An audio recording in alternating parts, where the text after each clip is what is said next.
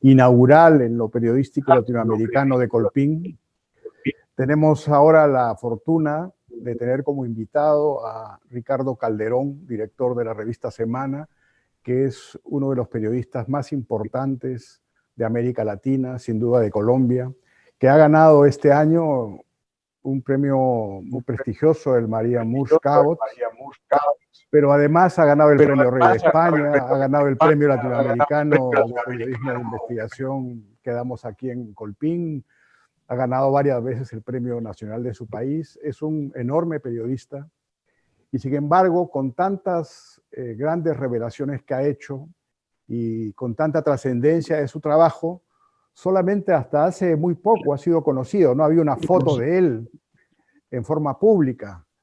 Y creo que esta es, si no una de las primeras, la primera entrevista que podemos tener con él en forma amplia, abierta y para los periodistas latinoamericanos. De modo que hoy es una ocasión especial para Colpín y quisiera aprovechar lo más posible este espacio que tenemos.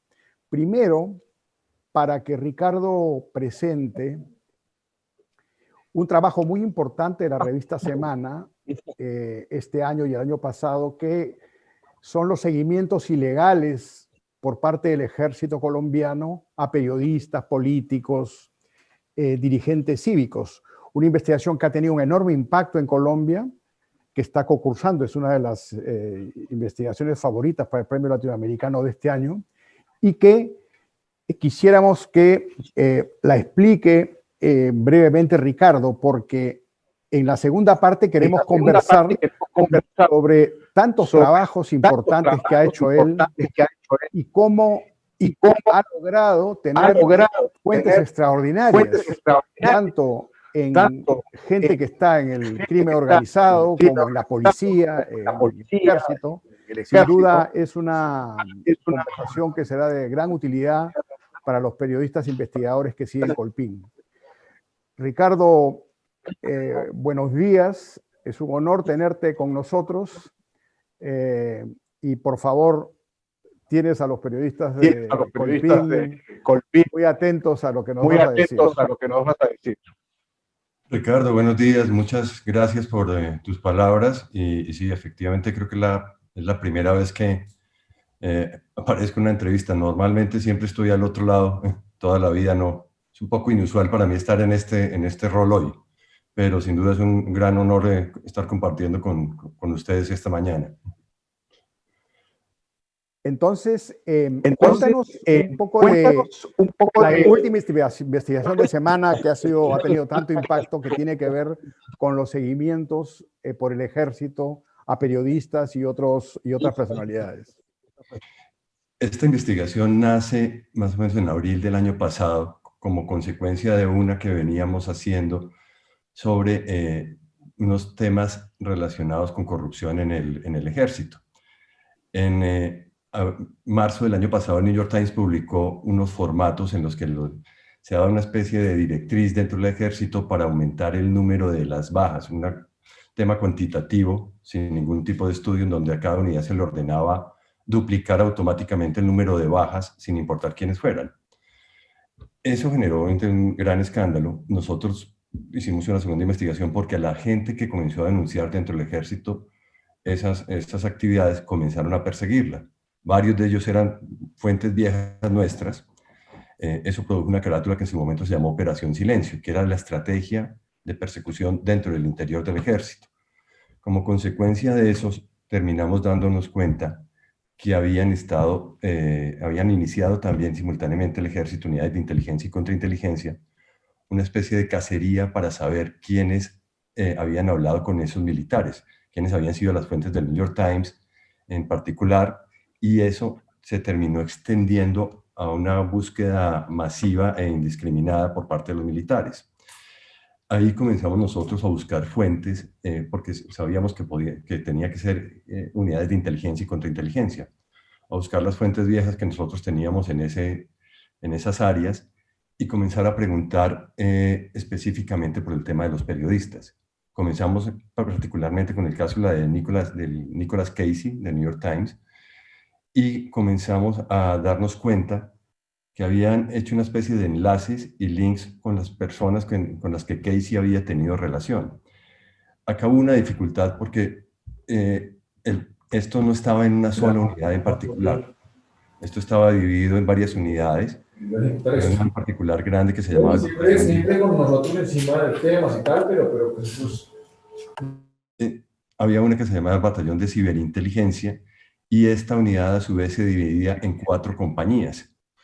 Cada una de esas compañías estaba conformada por 10 militares y cada uno tenía asignadas una serie de tareas específicas. Algunos, los periodistas extranjeros, otros periodistas colombianos, otros políticos e incluso gente que había salido de la presidencia de la República y otros militares. Era una interceptación masiva. ¿Y esto estaba apoyado por la cúpula del ejército? Sí, estaba aprobado. Lo que ellos hacían, más que interceptaciones, es que esa unidad, su misionalidad es trabajar con agencias estadounidenses, con la CIA en particular. La CIA los apoya con algunos recursos económicos para comprar software y equipos de inteligencia artificial, supuestamente para combatir terrorismo. El problema es que en la investigación también nos dimos cuenta que, por ejemplo, estos militares estafaron a la CIA. La CIA entregaba un presupuesto de $400,000 anuales para adquirir software. Lo que hacían estos militares es que adquirían unos software mucho más baratos y ellos mismos desarrollaban sus propios software y a la CIA le decían que habían comprado el mejor software posible. Esos software los utilizaban para hacer perfilamientos. ¿Cómo lo hacían? Por medio de inteligencia artificial se metían a todo lo que existe en redes sociales para hacer un primer perfil de, qué sé yo, Nicolas Casey, con quién interactúa en redes sociales, por ejemplo. Eso les iba permitiendo perfilarlo a él, acá con lo que estamos viendo acá, y van armando como una especie de cuadros de contactos. Esto que ya estamos viendo, carpetas secretas, porque está pasando muy rápido las imágenes, estamos viendo lo que es chuzadas sin cuartel. Chuzadas se dice en Colombia las interceptaciones telefónicas, ¿no? Sí, exactamente. Estamos viendo es un resumen de la presentación, ¿no? Tal vez si estuviera la portada o imágenes de las páginas publicadas, sería interesante. Ricardo, ustedes durante muchos años, casi durante 20 años, tienen muchas fuentes en los cuerpos de seguridad. Cuando ustedes empezaron a investigar eso, y tú particularmente, ya tenían una base de fuentes muy amplias, imagino, para poder desarrollar este trabajo. Así es, un poco nos hemos especializado, entre comillas, porque lamentablemente este tema de interceptaciones en Colombia es un tema que es recurrente. Nosotros desde Semana hemos tratado de siempre poner la lupa porque pese a que se hacen los escándalos, se envía a alguna gente a la cárcel, los distintos organismos de seguridad en Colombia recurren permanentemente a este tipo de prácticas ilegales. O sea, es un tema que nunca han aprendido. Y en esa medida nosotros siempre hemos considerado que es valioso nosotros estar encima de esto. Para eso efectivamente sí contamos con unas fuentes muy buenas, de muchísimos años y altamente confiables, que por fortuna hemos logrado no solo tenerlas a lo largo de los años, sino protegerlas y han estado a salvo a pesar de los escándalos. Eso obviamente todo eso implica una logística de protección con las fuentes bastante compleja. Desde el DAS hasta esto siempre es cambiando los métodos de encontrarnos con ellos, porque como obviamente entenderás, nada de esto puede ser por comunicaciones por teléfono ni nada. Esto implica una logística de moverse a otras ciudades, así las fuentes estén en Bogotá para planear reuniones por fuera, reuniones en la madrugada para poder acceder a esto. Y un tema de paciencia muy grande, porque todas estas investigaciones toman meses enteros en la medida que vas convenciendo a estas fuentes de ir entregando la información y a la medida que las podemos ir corroborando. Sí. No, pero además de esta digamos, continuidad con las fuentes, entiendo que este trabajo de este año salió de un trabajo anterior. Yo recuerdo haber leído un trabajo de ustedes que se llama Operación Silencio, que era acciones de amedrentamiento a militares, ¿no? y que también fue muy importante en su momento. Así es, porque es básicamente ese trabajo terminó con demostrando que hubo un amedrentamiento masivo sobre casi 200 integrantes de inteligencia militar en el afán por parte de la cúpula del ejército por averiguar quién había contado y quién estaba hablando con la prensa. Y en una cosa muy inusual hicieron una cacería brutal dentro del propio ejército, lo cual a nosotros irónicamente nos funcionó, porque más allá de las fuentes tradicionales, las injusticias y las amenazas que desarrollaron dentro del propio ejército nos terminó entregando fuentes adicionales a las que ya teníamos, un poco por la molestia de lo que estaba ocurriendo. Y ahí es donde llegamos a este tema en particular de los periodistas. Muchas de esas fuentes nuevas, entre comillas, lamentablemente sí, pues, fueron un poco descuidadas y algunas fueron víctimas de amenazas y lamentablemente también eso nos puso a nosotros en la mira durante varios tiempos, durante varios meses. O sea, el cuidado que habíamos logrado tenerse, pues, lamentablemente se perdió durante gran parte del segundo semestre, pero logramos proteger las fuentes. Ricardo, en concreto entonces, ¿ustedes qué descubrieron al cabo del trabajo? Un uso indiscriminado de equipos de inteligencia donados por el gobierno americano para espiar e investigar a 130 personas, la mayoría de ellos periodistas, extranjeros y colombianos, algunos experimentados y otros no tanto. Ese trabajo terminó en la elaboración por parte de inteligencia militar de perfiles sobre los periodistas, muchos de ellos estigmatizantes. O sea, si tú ibas a una zona de guerrilla a entrevistar a un comandante guerrillero, en ese perfil, por parte de los militares, quedabas estigmatizado como guerrillero, lo cual era muy peligroso, porque esos informes se distribuían a otras unidades del ejército. Eso además terminó descubriendo que por medio de inteligencia artificial hacían seguimientos o bien por los teléfonos de los periodistas para tratar de llegar a las fuentes. Si tú ibas con un teléfono, este programa que ellos habían desarrollado, podían seguir paso a paso por dónde te movías, a dónde ibas y a dónde llegabas. Y eso les permitía eventualmente a los militares dar con las fuentes de todos los periodistas. ¿Y cuáles fueron las consecuencias de las publicaciones? Esto terminó en la destitución de 11 militares, dentro de esos tres generales. Esos 11 militares hoy están en juicio disciplinario, fueron llamados a juicio disciplinario por la Procuraduría. La embajada y el gobierno americano cortó la ayuda económica que le prestaba a esa unidad en particular. Retiraron los equipos que el gobierno americano tenía en préstamo con el ejército colombiano. Y está suspendida en este momento toda la ayuda a esa unidad en particular. Impactante.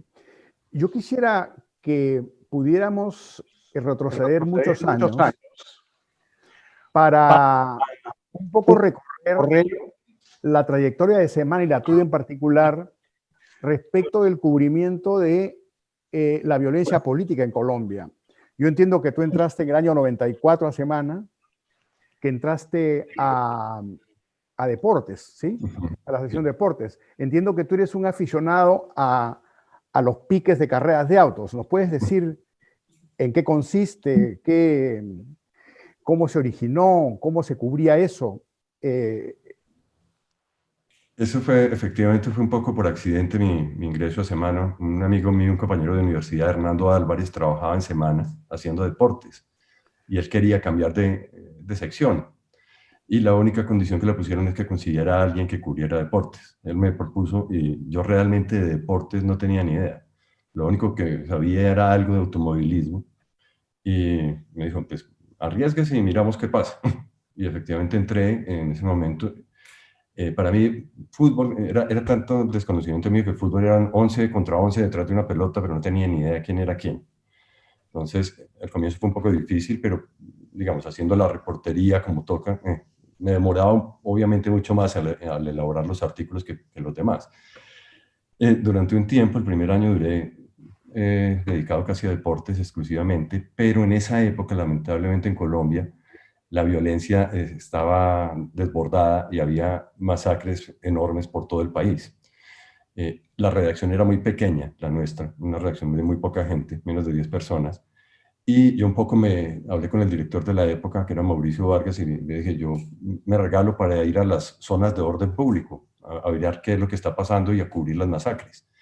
Me puso la única condición de que no podía abandonar la sección de deportes. Entonces lo que me tocaba era ir a unas zonas a la selva, a cubrir las masacres, y desde ahí, en esa época internet, obviamente no es lo que soy, me tocaba buscar hoteles donde pedir una máquina de escribir prestada, escribir el artículo de deportes, mandarlo por fax y luego ya hacer la reportería sobre el tema de las masacres. En esa época Yo viajábamos entiendo, bastante.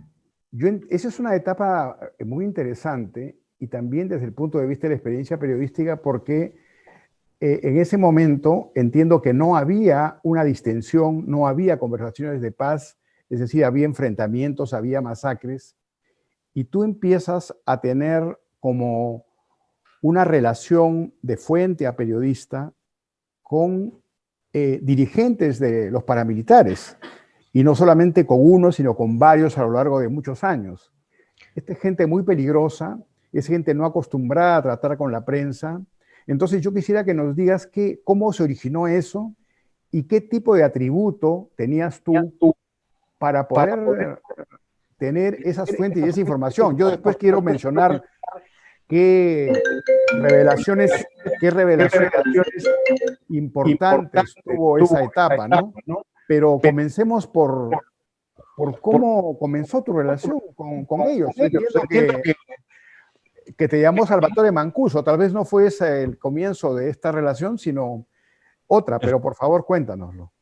Efectivamente, como la idea era dar a conocer lo que estaba pasando en las regiones apartadas con las masacres, porque, como te cuento, el volumen era demasiado alto y había masacres de 10, 15 personas que sencillamente no estaban siendo cubiertas por la prensa, masacres ejecutadas por los paramilitares. Publicábamos con mucha frecuencia y en un momento dado, una correctora que trabajaba en Semana me dice, mira, hay un amigo muy especial que quiere hablar contigo, que tiene unas críticas sobre el cubrimiento de las masacres. Críticas a lo que ustedes publicaban, a lo que tú Sí, publicabas. Sí, exactamente. Claro, ¿y quién es? Mira, no es ahí obviamente nos dimos cuenta que teníamos una infiltrada, entre comillas, en la redacción, que no sabíamos hasta ese momento. Esta correctora mira. era supremamente querida, amable y siempre andaba con un tema de ángeles y que hablaba con los ángeles, cosas de este estilo. Entonces me dice, mira, este es una persona a la que la protege un arcángel con el que yo hablo. Era una cosa medio demente. Medio esotérico, ¿no? Sí, y me lo pasa al teléfono. Y entonces el tipo me dice, mire, soy Salvatore Mancuso, ustedes acaban de publicar de estas masacres y no estoy de acuerdo en el enfoque que están dando estas masacres. Bueno, pero esta es la realidad, esto es lo que está pasando y es la labor nuestra. ¿Y te reuniste con Mancuso? Y me dice, yo necesito que nos reunamos para hablar de este y otros temas. Y efectivamente viajo a Córdoba, donde él estaba. Me encuentro con él, inicialmente bastante agresivo porque en el discurso que manejaban las autodefensas, lo que decían es que nosotros estábamos haciéndole el juego a la guerrilla o al comunismo, cosas de este estilo. Ya ahí un poco, digo, yo tengo la ventaja de ser relativamente tranquilo y él estaba bastante exasperado al comienzo de esa primera reunión. Yo creo que le dije, mire, si el tono de la reunión va a ser esta, pues sencillamente no tiene sentido que hablemos y yo me paro. Y me paré y me fui. Ese tipo quedó un poco como desconcertado con la actitud, pues porque él estaba rodeado de 15 tipos con fusiles y estábamos en la mitad de la nada. Entonces me dijo, no, venga, hablemos de este tema. Yo dije, mire, yo lo que hacemos y lo que tenemos que hacer nosotros es cubrir esto y obviamente contrastar toda la mayor cantidad de información. Lo que podemos hacer es tratar de establecer un canal de comunicaciones para eventualmente pues tener el punto de vista de ustedes, si les parece. Y ahí comenzó un poco la relación con él. Y había... Mancuso era como un ejecutivo de los Castaño, ¿no? Exactamente, era como el relacionista público, era comandante, pero era el relacionista público porque era un tipo que se expresaba relativamente bien. Era de una familia acomodada de Montería, había estudiado en la Universidad Javeriana en Bogotá. Entonces tenía una expresión mucho más fluida que los demás comandantes. Y por esa vía comenzamos a enlazarnos, él comenzó a enlazarnos con otros comandantes en otras regiones. Es decir, si sabíamos que había un tema en Antioquia, en donde había dos bloques paramilitares peleando por rutas de droga, lo que le decíamos, necesitamos hablar con estos comandantes y nos enlazaba con los tipos. Y así fuimos logrando hablar con la mayoría y tener una línea directa, lo cual para nosotros era muy útil porque evidentemente sí podíamos incluir el punto de vista de lo que ocurría con ellos, sin dejar de cambiar el tono de los artículos, mostrando la barbaridad de lo que estaban cometiendo ¿Y y cuál la es el beneficio, de los jefes paramilitares? Porque, claro, la fuente siempre tiene un interés. Claro, el interés de ellos, que finalmente era, primero, no publicar, obviamente eso no pasaba, y segundo era tratar de manipular la información hacia el lado de ellos, que obviamente tampoco pasaba.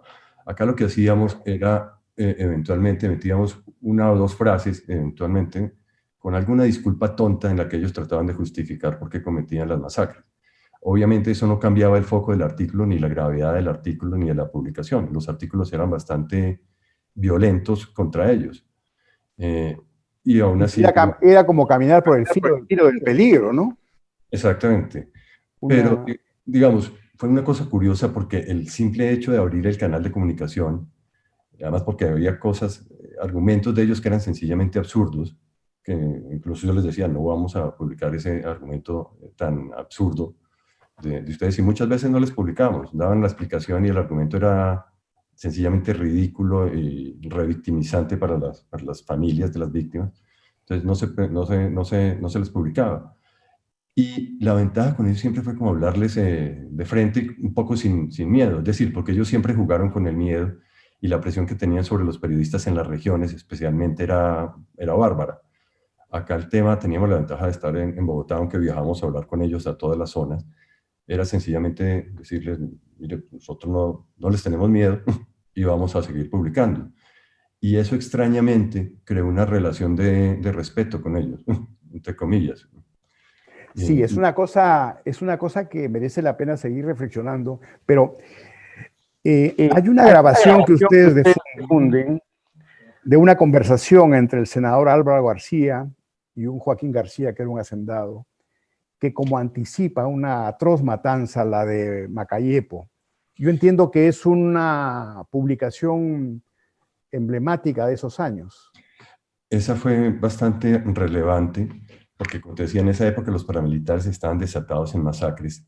Esa masacre, que fueron de 14 personas que los paramilitares asesinan a garrotazos y con piedras, Terrible. paradójicamente no apareció registrada en la prensa, ni siquiera en las ONGs dedicadas a eso, yo no la encontraba.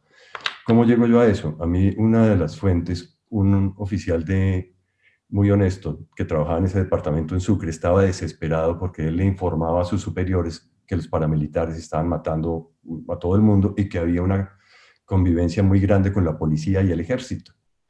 Y él había logrado hacer esa grabación.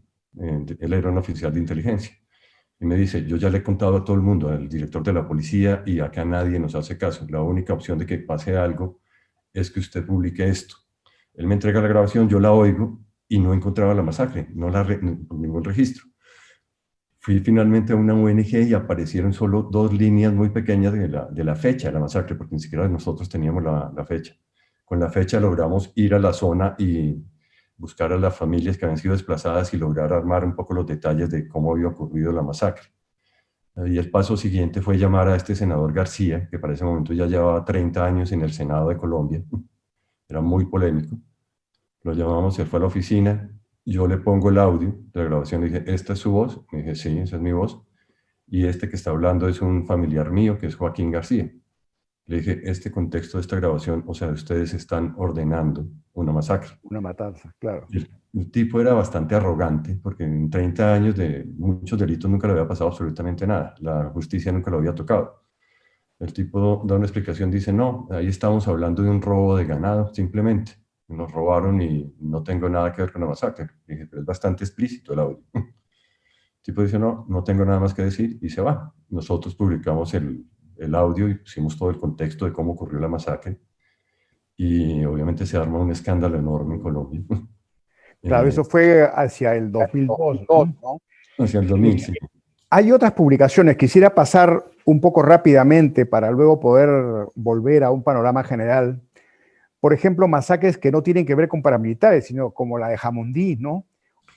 Que es Sí. en el 2006, una publicación muy impactante tuya sobre una matanza de policías antidrogas por parte del ejército.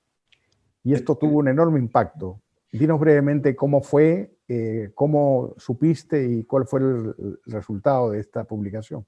Aquí sale la noticia de que una unidad de élite de la policía colombiana que trabajaba con la DEA había sido acribillada supuestamente por error por un batallón del ejército. Esa fue la noticia que quedó inicialmente. Una especie de error en la coordinación fue la noticia como quedó públicamente. Al comenzar a averiguar con las fuentes que nosotros teníamos tanto en ejército como en militares, nos advierten que el coronel que estaba al mando de esa unidad militar había tenido antecedentes por temas de narcotráfico. Comenzamos a investigar y efectivamente era muy conocido de algunas fuentes nuestras de narcos, básicamente, donde nos decían el tipo nos ayuda. Y lo que ocurrió ahí es que él estaba custodiando un cargamento. Ahí lo que logramos demostrar, porque logramos conseguir las fotos de las necropsias y hacer un estudio forense sobre qué había pasado con los policías. Los policías murieron en total estado de indefensión, o sea, no era falso que ellos habían disparado contra el ejército, y las necropsias fueron fundamentales para nosotros poder probar esto y probar que no había sido un cruce de disparos, sino que efectivamente esta gente del ejército estaba custodiando una droga del cartel del norte del Valle y por mala suerte esta unidad del ejército, de la policía, había llegado a esa zona para otro operativo totalmente distinto y los del ejército pensaron que iban a ir por la droga que ellos estaban custodiando. Esa investigación terminó con la condena a 30 años de este coronel y 30 más de otros 8 integrantes de esa unidad militar. Muy importante.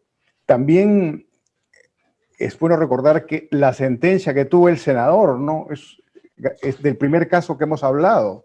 Él fue Es una de las condenado. más altas que ha habido en la justicia colombiana. Es la más alta. Él fue condenado a 40 años de cárcel y ese audio es la puerta de entrada para algo que más adelante se convierte en un escándalo grande en Colombia que se conoció como la parapolítica, que eran los vínculos de políticos con paramilitares. Acá era muy evidente en el caso concreto de una masacre que ordena el tipo, pero también los paramilitares presionaban a la gente para que votaran por ellos. Eso terminó con más de 30 políticos condenados finalmente, pero la más alta es la de García, de 40 años. En el 2006, ustedes publican el material que había en el computador de un paramilitar, Rodrigo Tobar, Jorge 40. Este computador, ¿cómo lo obtienen? Este computador había caído, lo decomisa la fiscalía al segundo hombre de él, que era alias Don Antonio, que era como una especie de secretario privado de Jorge 40, que eran comandantes del bloque norte. Sin embargo, pese a lo que había ahí, que era muy impactante la información, porque no era solo la información financiera, sino estaban detallados todos los crímenes y los asesinatos que habían cometido ellos. No había pasado absolutamente nada en la fiscalía. La fiscalía lo tenía en su poder y lo tenían archivado, guardado. Algunas de las fuentes en la Fiscalía de Derechos Humanos estaban indignadas porque había una especie de orden de no tocar ese tema y dejar totalmente inválida esa prueba. Logramos después de un tiempo persuadir a esta fuente y nos entrega una copia del computador. Al analizarlo, efectivamente era macabro lo que había ahí porque eran las órdenes de hay que asesinar a tal defensor de derechos humanos, cómo lo hicieron y cuánto pagaron a los sicarios que lo asesinaron. y en esa lista había por lo menos 50 personas entre defensores de derechos humanos y líderes. Ahí se demuestra también, que nos sirve de base para otra investigación que hicimos, era la convivencia de ellos, de los paramilitares, con el DAS. Claro, vamos a hablar del DAS. Voy a pasar por alto algunas cosas por tiempo. Por ejemplo, un reportaje que demostró torturas del ejército a sus propios efectivos, ¿no? Como una forma espantosa de entrenamiento, para ir a investigaciones sobre lo que estaba pasando en lugares donde estaban recluidos paramilitares, ¿no? Por ejemplo, hay un trabajo que se llama Te llamo desde la prisión, que me parece que es la prisión de Itagüí, Sí. que demuestra que los paramilitares en realidad seguían trabajando, matando desde la prisión. Y luego también otro reportaje sobre la estada de ellos en la zona de distensión en Santa Fe, Ralito, revela la gran vida, las parrandas que había en esta zona. Cuéntanos un poco de esto, por favor. Esas dos investigaciones... El año 2007, ¿no? Estamos hablando del año 2007. Sí, esas dos investigaciones son primas hermanas, por llamarlas de alguna manera, porque durante el proceso de paz con los paramilitares, o las negociaciones más bien, obviamente nosotros, como muchos periodistas, íbamos a la zona donde ellos estaban concentrados, en esa zona de Santa Fe de Ralito. Y efectivamente, el simple hecho de ir, tú te dabas cuenta que estaba entrando gente de todo tipo a la zona, gente rara, gente muy maluca, mujeres de todo tipo, aviones que llegaban cargados con mujeres para la zona. Era muy, muy evidente.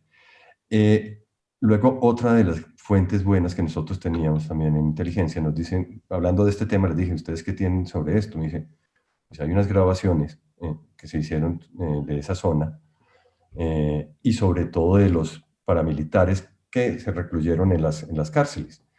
Y el gobierno sabe que los tipos están delinquiendo, siguen mandando drogas, siguen ordenando asesinatos y manejando los frentes. Con esta fuente, porque eran demasiados audios, eran más de 8.000 audios, y fue un proceso muy largo en la medida en que esta fuente era sacando bloques de 5 y 10 audios por semana. Nos reuníamos todas las semanas, se me entregaba 5 y 10, 5 y 10 y los íbamos procesando. Eso nos permitió armar como la estructura, saber qué paramilitares estaban delinquiendo y qué era lo que estaban haciendo. Cuando lo publicamos, obviamente el gobierno de Uribe y en ese momento el ministro de Defensa era Santos, inicialmente niegan tener conocimiento sobre esto. Y iban a destituir al general Naranjo, que en ese momento era el coronel Naranjo, que estaba de director de la DIJÍN. Naranjo lo tenían ellos como sospechoso de ser fuente nuestra, en ese caso, aunque no tenía absolutamente nada que ver. Finalmente nosotros logramos, sin quemar las fuentes y ni revelar nada, demostrar que no teníamos comunicación en esos momentos ni con Naranjo ni con nada. El gobierno, un poco para sacudirse del escándalo, porque no podían ya negar que sabían y se habían hecho los locos con ese tema, pues lo que hace es vota a 11 generales de la policía y nombra a Naranjo, que estaba recién ascendido a general, y queda como el único general de la policía. Ese movimiento lo hacen ellos un poco para tratar de bajar la temperatura del escándalo y que nos quedáramos quietos. Nosotros seguimos publicando muchas más portadas y artículos sobre el tema de los paramilitares. Irónicamente, en ese momento el gobierno niega que delinquieran y un año exactamente después, con los mismos argumentos y las mismas grabaciones que sacamos, el gobierno extradita a 12 jefes paramilitares diciendo que estaban delinquiendo. Ya les tomó un año reconocer que lo que habíamos publicado era real. Ese fue muy importante por eso, porque eso terminó causando la extradición de los 12 jefes paramilitares. Paralelamente, en lo de Santa Fe de Ralito, habíamos logrado, por fuentes de los propios paramilitares, acceder también a algunos memorias USBs en donde estaban las fiestas, las bacanales que los paramilitares hacían en la zona. y cómo y con números fácticos, o sea, habían logrado conseguir la contabilidad de un jefe paramilitar llamado Macaco, y en la contabilidad estaba bastante detallado cómo le llevaban los dólares a la zona producto del narcotráfico, cómo hacían inversiones y cómo desde ahí también había una relación de los asesinatos que ellos habían cometido en esa zona de Santa Fe de Ralito. Eso obviamente también generó un impacto muy grande porque era claro que la zona, con permiso del gobierno, la habían convertido en un campo para seguir delinquiendo protegidos por el gobierno. Estas investigaciones duran meses. Hay otras dos importantes que son alias Hop y el Palacio de Nariño. Son grabaciones que demuestran un poco una conspiración de los paramilitares con el gobierno contra magistrados que investigaban este crimen organizado. Hay también impactantes publicaciones a partir del computador de Raúl Reyes, que revela los vínculos de la FARC con los gobiernos de Venezuela y Ecuador. Y luego viene una gran investigación que son las chuzadas del DAS, que son, me parece, centenares de artículos por más de un año. Entonces, vamos a las chuzadas del DAS para luego regresar un poco si tenemos tiempo. Efectivamente, las chuzadas del DAS, o sea, la primera publicación es el 9 de febrero del 2009, después de más de un año de investigación. Esa serie arranca en febrero del 2009 y termina en noviembre del 2011 con el cierre del DAS. Se publican en total 148 artículos a lo largo de ese periodo y 11 carátulas en total. Porque esa investigación es la que gana el Premio Latinoamericano de Periodismo de Investigación, por eso me acuerdo mucho. Efectivamente, es esa. fue esa.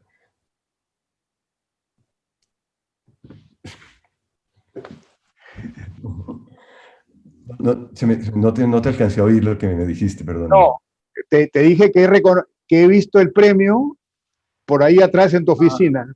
Pero háblanos de la investigación. Esa fue una consecuencia. Nosotros en el 2006 habíamos hecho una investigación larga también denunciando cómo el DAS trabajaba con los paramilitares. Esa fue la semilla de esta investigación. Un año después de esa, del DAS y los paras, que fue como se llamó esa carátula, en una conversación casual con alguna de las fuentes del DAS, le dije, bueno, ¿qué está pasando por allá? Y fue bastante curioso porque me dice, no, esto es un desorden acá, se están robando un montón de plata.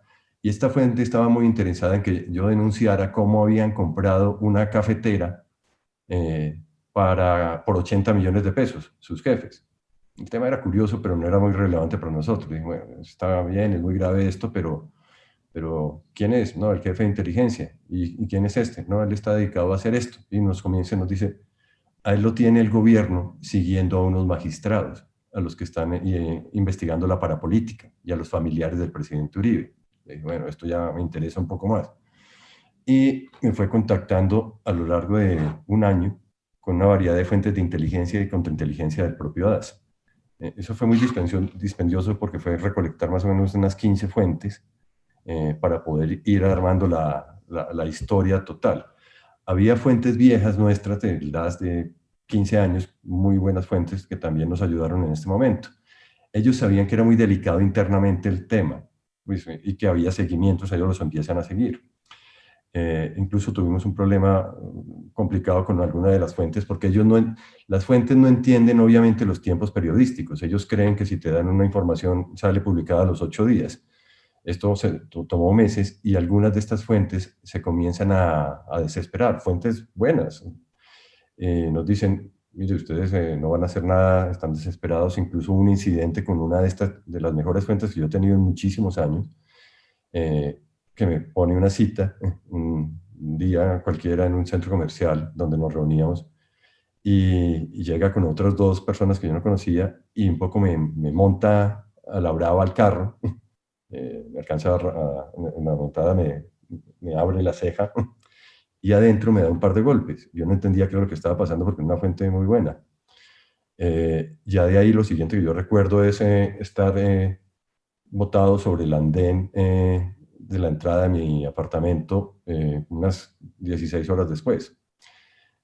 Al día siguiente esta fuente me vuelve y me contacta y me dice, mire, la verdad es que nosotros teníamos dudas sobre usted, estábamos pensando que usted estaba trabajando, sacándonos información para entregársela a la gente de inteligencia o de contrainteligencia del DAS, una especie de doble agente.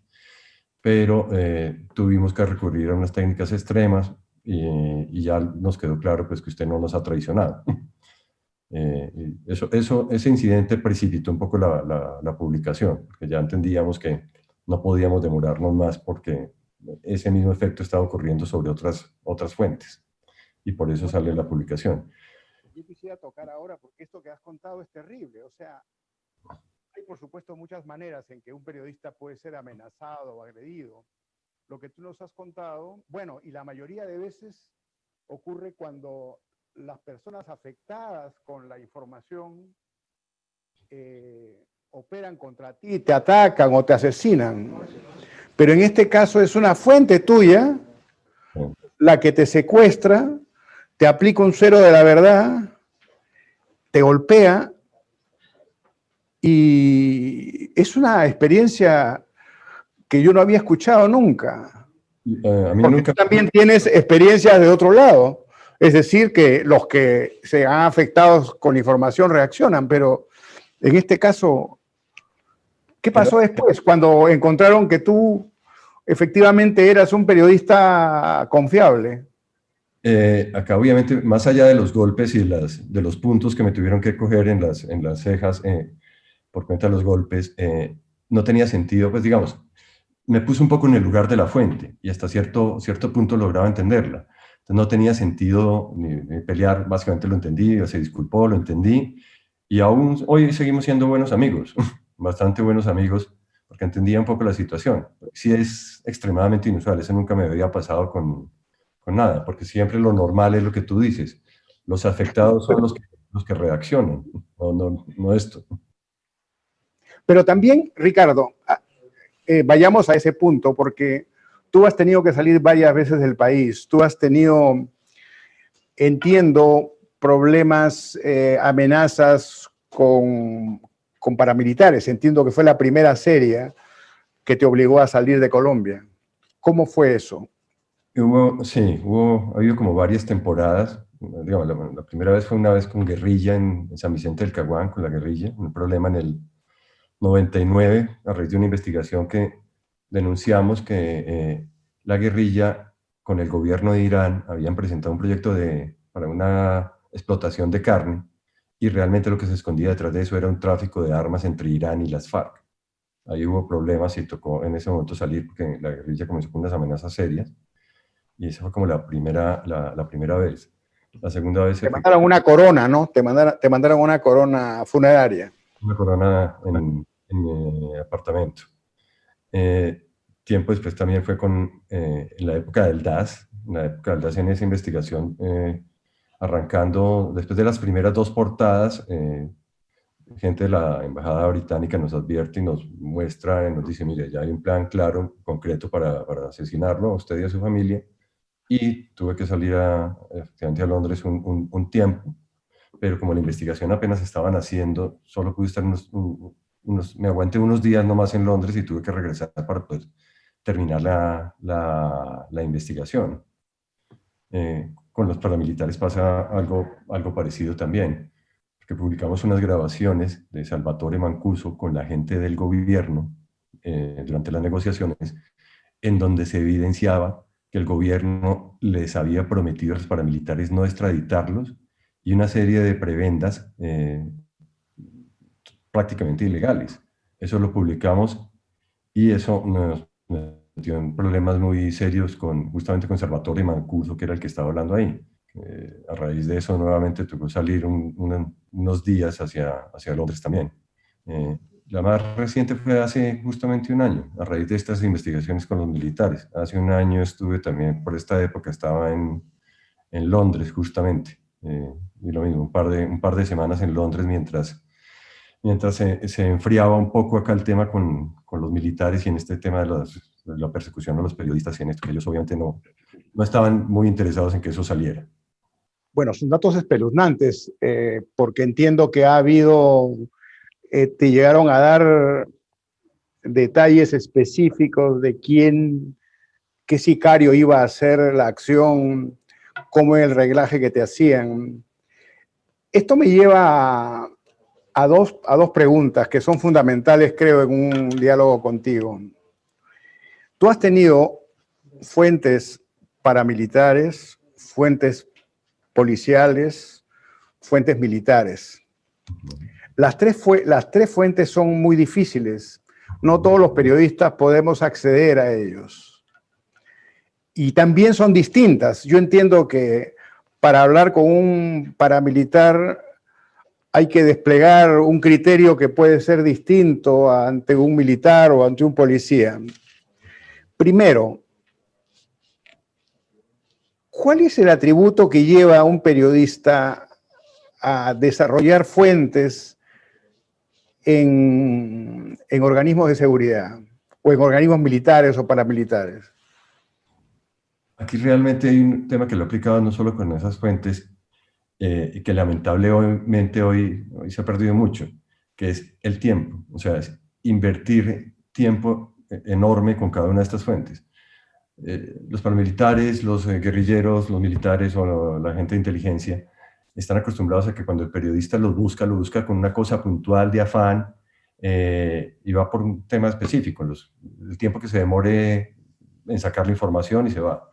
Yo en eso lo he hecho al contrario, o sea, muchas veces con todos ellos, con los gente de inteligencia, me he sentado días enteros o horas enteras a hablar por temas de su familia, cosas, hacer que se sientan valorados como personas, ¿no? Independientemente que sean guerrilleros o paramilitares. La gente y las fuentes valoran eso de que tú no lo valores solo por ser una fuente de información, sino que lo valores como persona. Y eso me ha servido mucho en ese tema con las fuentes. Vuelvo y te digo, independientemente que sean malos, buenos o regulares.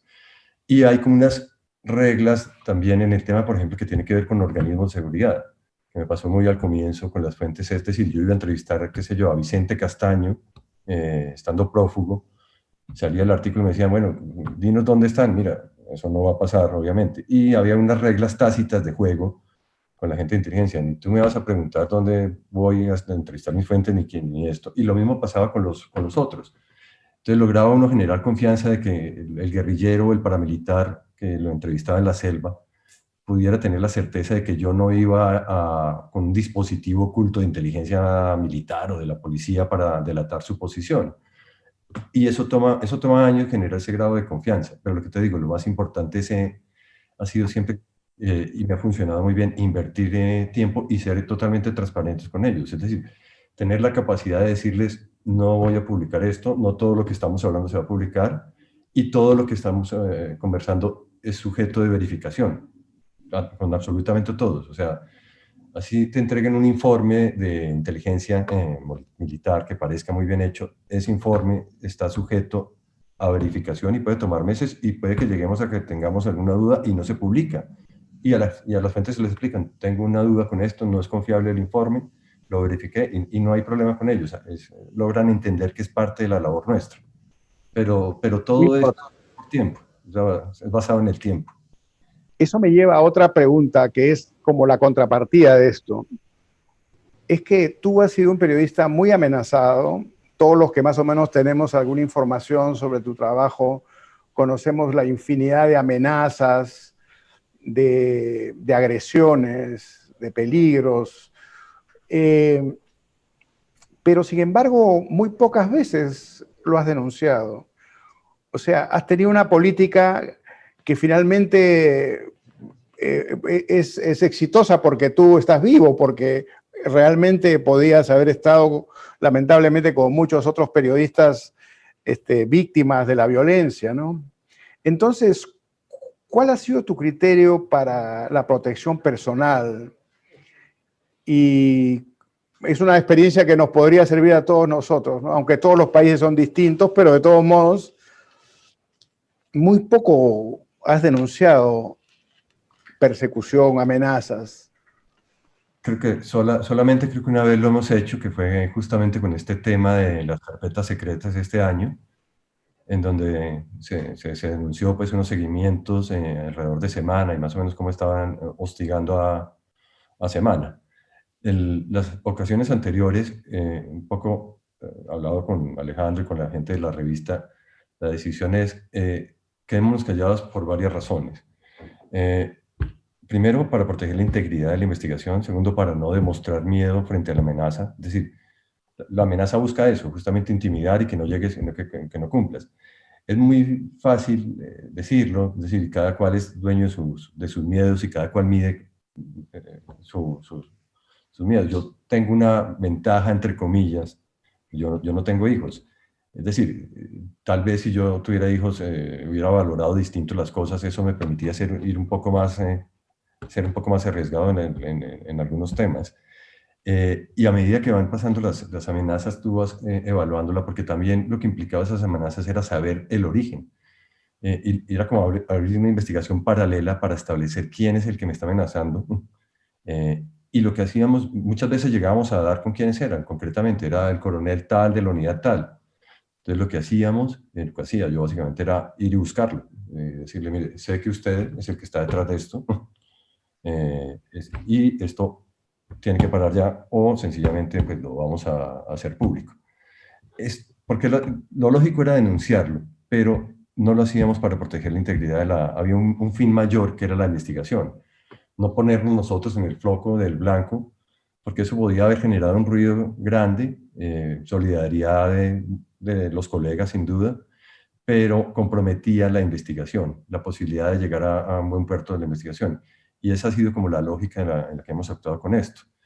Ahí las técnicas se han variado un poco, normalmente, porque eso implica desde, qué sé yo, en el DAS absolutamente todas las reuniones se hacían en la madrugada de los domingos, o sea, entre la 1 y las 4 de la mañana era donde hacíamos todas las reuniones en distintos lados, porque era mucho más fácil darte cuenta si hay alguien que te siga o si hay, es muy fácil quemar un seguimiento, si hay esas reuniones en la madrugada funcionan muy bien. Cambiar de sitio permanentemente, de ciudades incluso, así las fuentes estén en Bogotá, entonces es lograr pagarle a las fuentes para que viajen a otra ciudad para podernos reunir en horarios parecidos, pero en otras ciudades. Y normalmente lo que hago yo es viajo mucho por tierra, no utilizo mucho avión para que no quede el registro, y por tierra y viajo siempre en las madrugadas, o sea, viajes de 6, 8 horas a madrugadas por carreteras para irse a encontrar con fuentes que me podría encontrar en Bogotá. Eso en alguna medida ha funcionado. Y ya con los años también tú terminas de estarse moviendo en este mundo de inteligencia, descubriendo estos taxis, son taxis de inteligencia, este puede ser un taxi de militares, este puede ser un taxi fachada de la policía, cosas de ese estilo, ya la experiencia te lo va dando.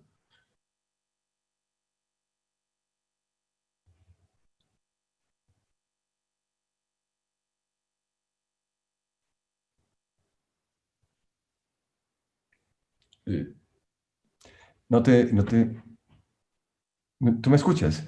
Ahora, Ahora sí. claro, te decía que lo que decías respecto del tiempo es muy importante porque es justamente lo que falta ahora por muchas razones en el periodismo. Quiero volver sobre las fuentes, pero antes, para dar una idea a quienes no tienen una cosa más amplia del trabajo tuyo y de Semana, es que hemos hablado hasta el DAS de trabajos hasta el 2010, pero estamos en el 2020. Entonces hay trabajos muy importantes de los cuales no vamos a poder dedicarle tiempo.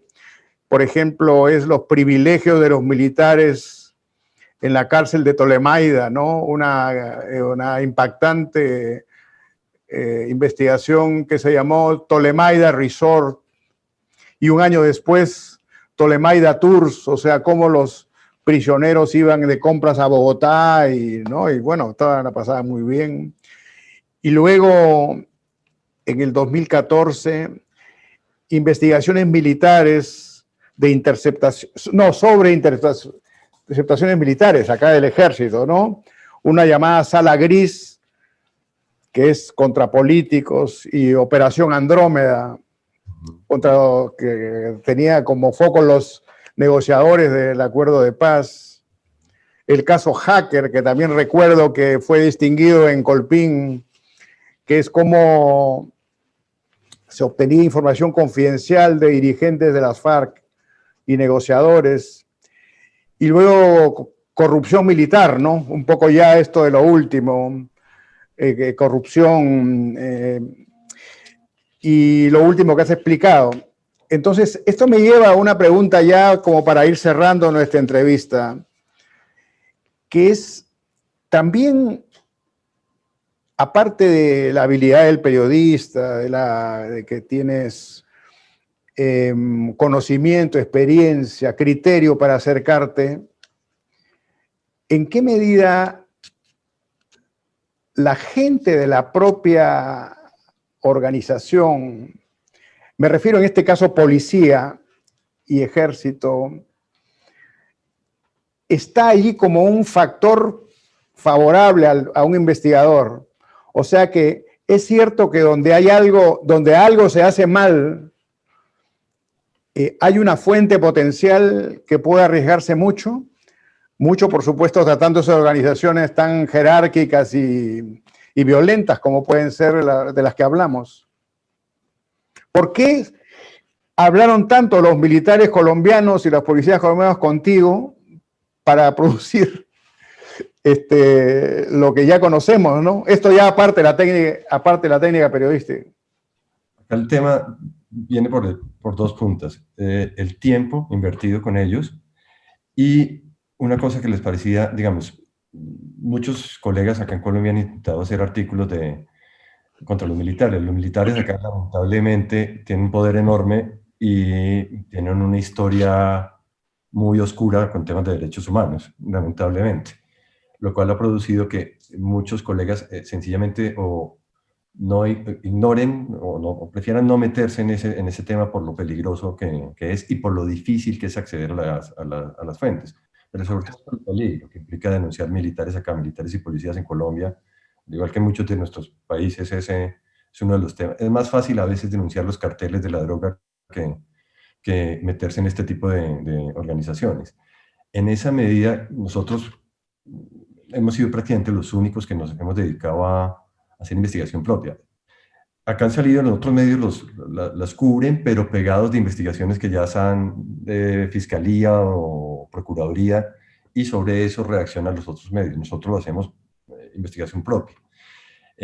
Las fuentes de adentro valoran un poco eso porque saben mejor que nadie cuál es el riesgo que se corre.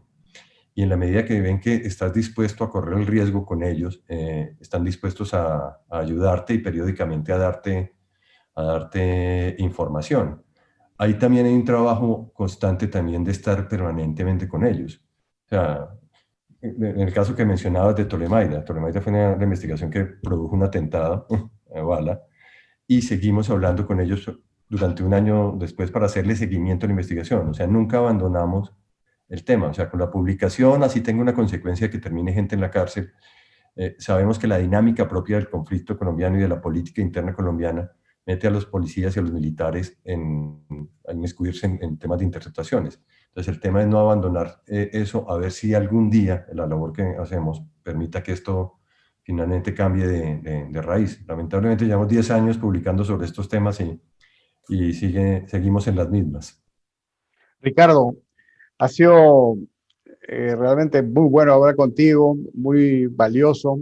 Quiero hacer una última pregunta que tiene que ver con el periodista, el investigador y la dirección editorial, porque son criterios distintos o pueden llegar incluso a colisionar, a crear tensión, porque hay una serie de elementos en juego, incluyendo empresariales, políticos ni te digo. Ahora estás en el otro lado del mostrador, eres director, no sé si seguirás investigando como antes. Entonces, estas dos entradas al tema, ¿qué te sugieren? Yo llevo apenas un mes en la dirección, creo que ni siquiera llevo el mes, voy a cumplir apenas un mes en la dirección. Obviamente la idea es seguir haciendo las investigaciones, por lo que te digo, la redacción nuestra es una redacción muy pequeña, o sea, la parte grande de la revista, del peso grande, somos cinco periodistas, no somos más. Y obviamente pues, la idea es seguir haciendo las investigaciones. Obviamente hay unos temas administrativos que te van a quitar tiempo, inevitablemente quitan tiempo, pero la idea, un poco yo creo que en la designación estuvo en tratar de mandarle el mensaje adentro de tratar de fortalecer este tipo de periodismo. Las condiciones hoy son obviamente mucho más difíciles por todo este tema de las plataformas digitales, el tema digital y lo que te digo, hay una redacción muy diezmada. La idea es tratar de que esos dos mundos no colisionen y parte de los requisitos, entre comillas, que pedí para asumir la dirección era descargarme de un montón de cosas que le tocaba, por ejemplo, sí hacer a Alejandro, que era asistir a foros, todo lo que implica hacer dirección. Eso obviamente no lo voy a hacer. Y reuniones administrativas, escasamente tener una si acaso al mes. O sea, seguir básicamente siendo un redactor más en la redacción y trabajar en llave con la redacción. Por fortuna la redacción es una redacción que pues, me conoce, yo soy criado, nací de ahí, entonces eso también puede ayudar un poco a agilizar también procesos y esperamos que esto pueda terminar bien. Espero que no haya un choque. Ricardo, muchísimas gracias por esta entrevista. Ha sido muy importante para nosotros. Todos los éxitos para Semana y para tu gestión. Y bueno, esperamos seguir viéndonos en estos años. Colpín es tu casa y estamos seguros que volveremos a seguir apreciando importantes trabajos tuyos y de tu publicación. A ti, Ricardo, muchísimas gracias por la invitación. Un placer haber estado con ustedes.